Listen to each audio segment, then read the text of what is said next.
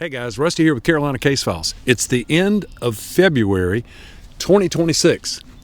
I think you're really gonna enjoy today's episode. So recap real quick.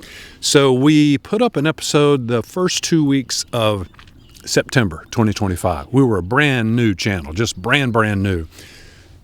That story was the 911 call, Pender County Rake. It has blown up the internet. Today, it's well over 700,000 views, on its way to 1 million. It's been shared all over the internet, Instagram, YouTube, everywhere. It's crazy. And we enjoy doing that.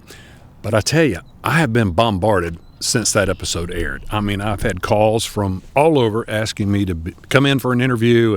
And oh, by the way, we'd like to talk to T, too. And I'm thinking...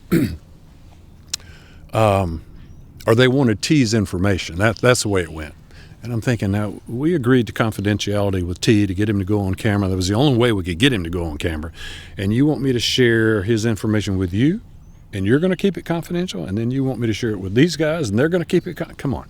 So I have turned down opportunities to be interviewed by a columnist at the Raleigh News and Observer. Lots of podcasters turned all that down. But when I got contacted by the History Channel, and I turned them down too, by the way, I went to Stephen. Stephen and I put this channel together. I said, Stephen, a lot of people are looking for this young man named T, and somebody's going to find him. And we feel kind of protective. You know, we knocked on this guy's door, and, you know, we were after him for weeks to come on our channel. So we feel kind of protective. So we're just not so sure that if somebody else finally tracks him down, that they're going to do a story with integrity and treat him right. And so, I don't know. We just feel protective. So I told Stephen, I said, let's go talk to him again. It's taken maybe 3 weeks, about 2.5, 3 weeks to convince him. But today, I'm going to introduce to you Tyler, also known as T, from the 911 Pender County Rake story. Tyler, we meet again. Yep. Thanks for sitting down with us, man. Not a problem. Well, it's been 6 months, 7 months since the episode aired. Give or take, yeah. We were just chatting, and you know, before we get into that, on the 911 call, you mentioned you were former military. Mm-hmm. You were coming from a trade school, heading back home. Tell us a little bit about yourself. So I served 9 months active duty in the U.S. Army before I got injured and was sent home. Okay. No PTSD-related injuries, just... Physical injuries? Yeah. Okay. Multiple fractures in both of my knees. Whoa. Plus, I'm pretty sure my back and my shoulders are messed up as well. Wow. Well, thank you for your service. It wasn't a long one, but I had fun with it. And I missed the camaraderie more than anything. Of course. The trade school I went to was the Marine Mechanics Institute in Orlando, Florida. So, and I'm originally from Texas, hence why I was in Florida. Okay. Even for trade school. Sure. Would not recommend going back to Florida for anybody. But you had family up here, right? Yes. Okay. My family moved up here while I was in the Army after my grandfather passed. Okay. Gotcha.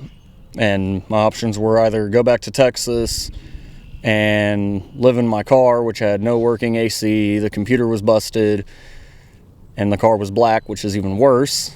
And I chose, you know what, I'm going to come home with my family, help my mom with my little brothers, and, well, I'm still here after almost 6 years. Now, you said your car, you mean your truck? It was a 2007 Chevy Silverado 2500 HD. So it had a few years on it when this happened. Yeah. This happened, it's coming up on 6 years, 5.5 years since this happened. Okay. Yeah. Gotcha. But and the air conditioning wasn't working that great in it. The air conditioning was. Here's the thing, though. When it's nice out, I actually don't use the AC. Yeah, sure. I roll down my I roll down my driver's side window and just... Right. It's more natural to me. I enjoy it more. Sure. So we were talking here before we went on camera, and you said that you're starting to get some folks to figure out who you are, and tell us about that. My wife actually brought it to my attention while she was just scrolling through TikTok and YouTube looking at videos, and it popped up. You show up there a lot. I've noticed. The back of your head shows up there I've noticed. on all platforms out there. Go ahead. Sorry. I've noticed. But my wife was scrolling through TikTok, and one of those videos popped up. Yeah.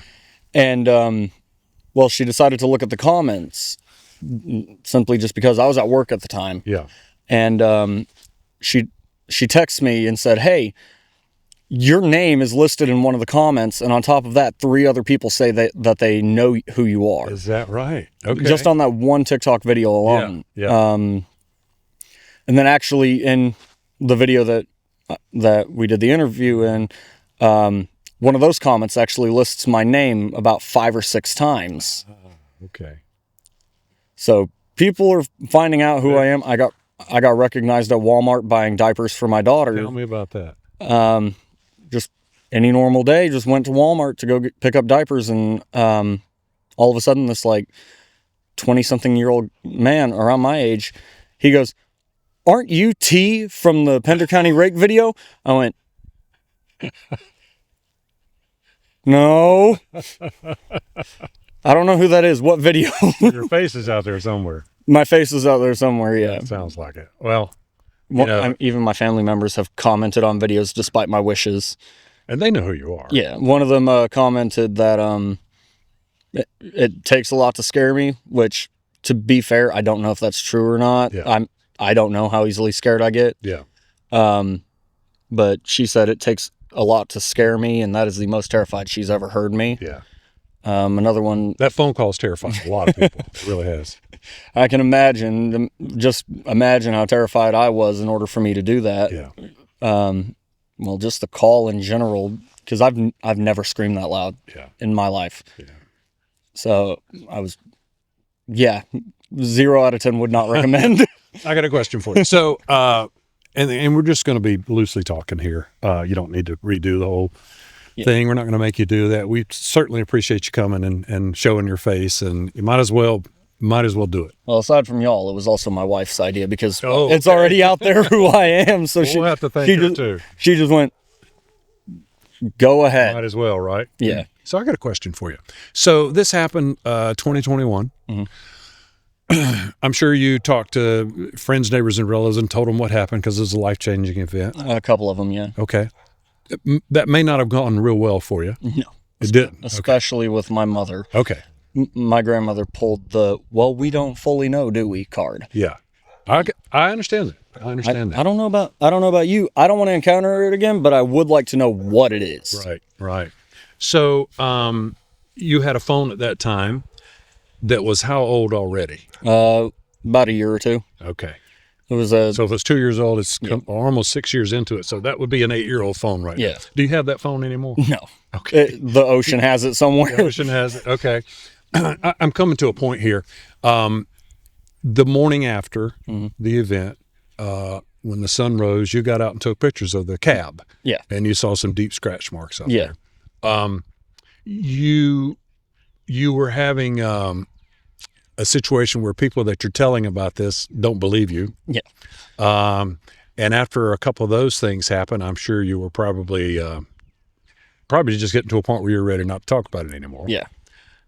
Clearly, because it took 5 years until we came and boom, boom, boom, knocked on your door, So, that kind of explains why you didn't take the phone down to Kinko's and print out an 8x10 and put it in your living room, because you didn't want to remember it. So initially after I took the photos, I went and showed my immediate family, "Hey, I know y'all don't believe me when I told you, but here are the pictures to prove it." Yeah. And all they said was, "What'd you do, fight a mountain lion with your truck?" Yeah. No. Yeah. No, because a mountain lion wouldn't be white, no fur, and pale, jumping into the bed of my truck at 55, 60 miles an hour. Yeah. Hey, I got another question for you. You shut this story down for 5 years. And then we came knocking on your door on our knees. We know who you are. Please, please, please. Did you even know, or did it even register in your mind over all those years that the county dispatch would have a copy of that recording? I knew they would have a recording. Okay. I just never thought that somebody would actually pick up the recording and make a video or a post or anything regarding that call. Yeah, I'm trying to set... I knew they recorded it, but... Okay. So it was in your mind. Yeah. But you didn't go get a copy of it. Yeah. I'm trying to explain that you didn't come to Carolina Case Files. We were brand new. We didn't even have a channel, really. And I live a good, 2.5 hours away. That's right, from where we are right now. That's exactly right. The point is, you didn't come tracking us down going, hey, here's an MP3 file of this 911 call that I did 5 years ago, and can you guys do a story? Maybe I'm pretty sure y'all actually contacted me before the channel was actually official. That's true. It took forever to get you. It took forever to get you to talk. I'm a very, very stubborn man, but as I'm pretty sure you've noticed, I've got a woman to open me up a little bit. That's all right. Well, you're a smart man. Listen to her. Happy wife, happy life. That's right. That's right. Well, good for you, man. Let's talk about the truck. You already talked about the truck. When did you get rid of the truck? I actually got rid of the truck about 6 months later. Okay. Gotcha. Another family member has it, and I've asked him for pictures. He never sent me any pictures, even though I asked. You probably shouldn't have said that. The whole world's going to be trying to track him down now. They'll be going to the DMV and everything else. Well, have fun, because the truck wasn't sold here. Oh, okay. It was through private sale. Okay. So. Okay, good deal. All right. Well, is there anything that's occurred, outside of somebody recognizing you in Walmart somehow? And the occasional nightmares, really. Yeah. Except now that I have a daughter and my wife, it's now it actually shifted to where it was from just me to now they're in the truck with me as it's happening. Right. And it varies to we get away to the back windshield breaks and my daughter's missing to. Oh yeah. That's a common thing. Yeah. I dream about intruders coming into my home with weapons and. That's the way we're wired, man. Yeah. That makes sense. Do you go down that highway anymore at night? Not at night, no. And I try to avoid that highway as much as I can. Yeah. Last time I went down it was me, my wife, and my daughter. Shortly after my daughter was born, we went down to Texas. Yeah. And it was like noon as I was driving down that highway. So, Gotcha. But that's because I kind of had to, because it was one of the faster routes to get down to Texas. The other one would have added an extra hour. So. Gotcha. What are you doing now, Tyler?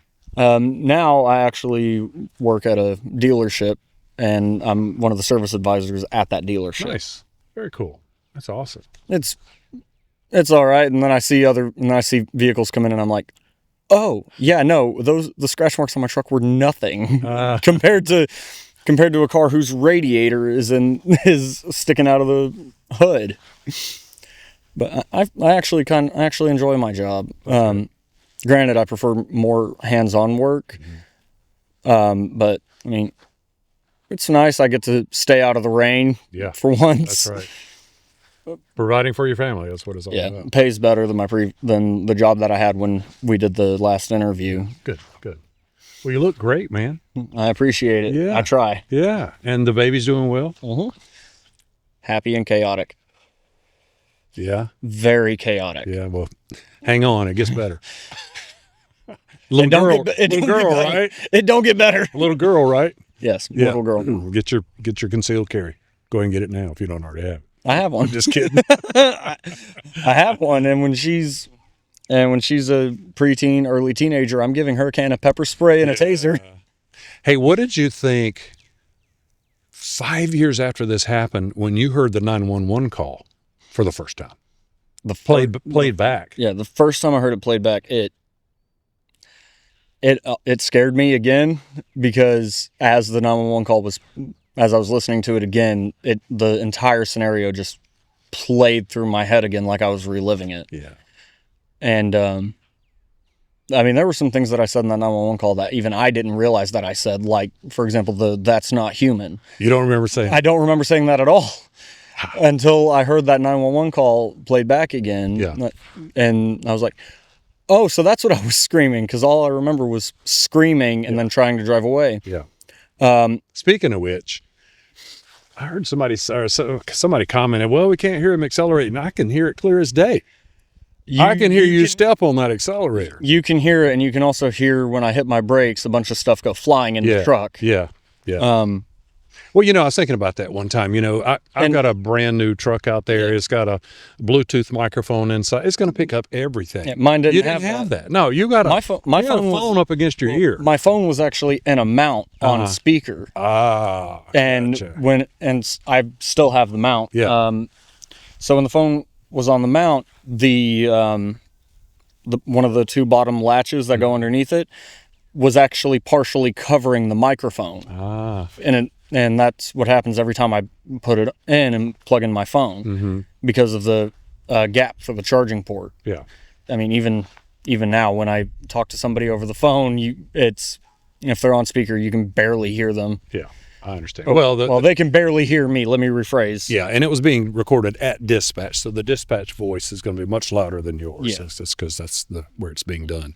Yeah, it's barely going to pick up background audio. Right. Well, I can clearly hear vehicle accelerating. It's very apparent. But maybe folks need to get off their phone and get it on the television screen, then they can hear it. Put some headphones on that. There you go. And so you hear it for the first time, and kind of shakes you up a little bit. Yeah. Okay. Is it getting easier now? A little bit. Yeah. I'm not afraid to show my face anymore. Good. The only reason I did that was for my wife and daughter, but my wife is perfectly okay with me showing my face and Good. showing my name. But I'm still with it. Yeah. I'm more open to it than I was, but my wife said so I have to. A sudden life-changing event, PTSD, it's common, it's really common. So What's ironic about it is about a year after the incident happened, year and a half, I almost completely forgot about that incident. I just shoved it into the back of my head and left it there. Really? Yeah. So for all the folks that think you came to us No. and trying to get us, and there are people that I guess they just don't listen, but they don't even realize. I think it happened last week. They don't really listen to everything. Yeah. It's 5 years ago. So. Yeah. And with it being 5, almost 6 years ago, it's people also got to remember, yes, my story is going to change a little bit because, again, of course, it's 5 or 6 years ago, and I'm trying to remember almost every detail. You're trying to remember something that you didn't want to remember. Yeah, and it's basically forcing those memories back, and sometimes those memories come out in like little spurts, or a piece will be missing here, a piece will be missing there, and I think it kind of goes to show who's had more traumatic experiences than others. Yeah. I'm not saying that those people didn't go through them, but at the same time, it's like that's what's happening with me. I'm going to give you a little piece of fatherly advice. This is not just for the incident that happened to you, but it's in life, just in life. Stephen and I, we're brand new at this YouTube thing, but we learn quick. Yeah. And one of the first things we learned was going through the comment section. There are certain things that have a little validity, and that's why we did the follow-up episode, kind of addressing a lot of that stuff. Yeah. And then there's a lot of stuff you don't need to worry about because it's just nuts. It really is. Like, it's AI. Yeah. Exactly. So I don't know. That seems pretty real to me. I heard a very wise man say one day, two things, but very important. He said, it's a whole lot easier just to keep your mouth shut, or in other words, stay off the keyboard and let people wonder if you're stupid, than to open your mouth and remove all doubt, or to start typing and remove all doubt. Yeah. And what I quickly learned to do, because I would stay up at night of some of the comments that we got. I'm like, what? Are you kidding me? This guy didn't come to us. We begged him to come talk to us. It really bothered me, but we were new. Yeah. And then I learned you got to check the fruit on the tree. Mm-hmm. When somebody says something negative, you got to realize there's legions of people sitting around. If they're up north, they're in their mom's basement. If they're in the south, we don't have basements. They're still in the bedroom that they grew up in, and they're 30 years old. And all they do is sit around and just condemn and criticize and give nothing to the world. So when I start seeing a negative comment, I click on that link and go look at that page and see how long he or she has had a YouTube channel and how many subscribers they have. Usually it's a goose egg. There's no fruit on the tree. Well, there's no fruit on the tree.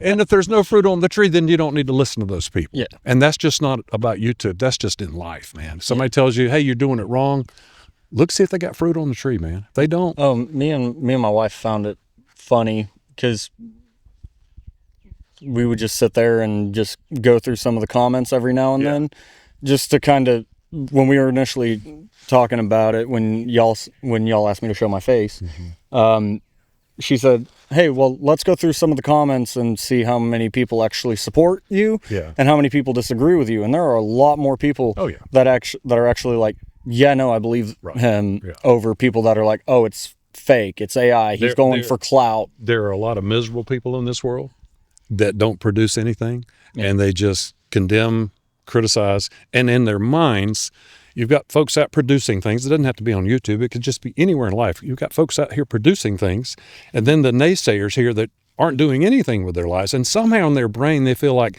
if I tear these guys down, it's going to elevate me, and that's just not the way the world works. I think the funniest comment I saw was somebody said that I was I think it was Pakistani Army and had a PTSD episode against battling the U.S. and I'm sitting look a little Pakistani with that long hair you had. And I'm sitting there like, no, I'm an American. I served in the American Army. Right. And I never saw combat, so I found that a little bit funny because I'm like, that person just guessed and shot so far away, missing by nearly 100 miles. Don't worry about this one. Well, Tyler, I really appreciate you sitting down with us again. Maybe they'll stop bugging us about getting in touch with you. Yeah. So we wish the best for you and your family, your baby, and we appreciate your service, man. I appreciate it.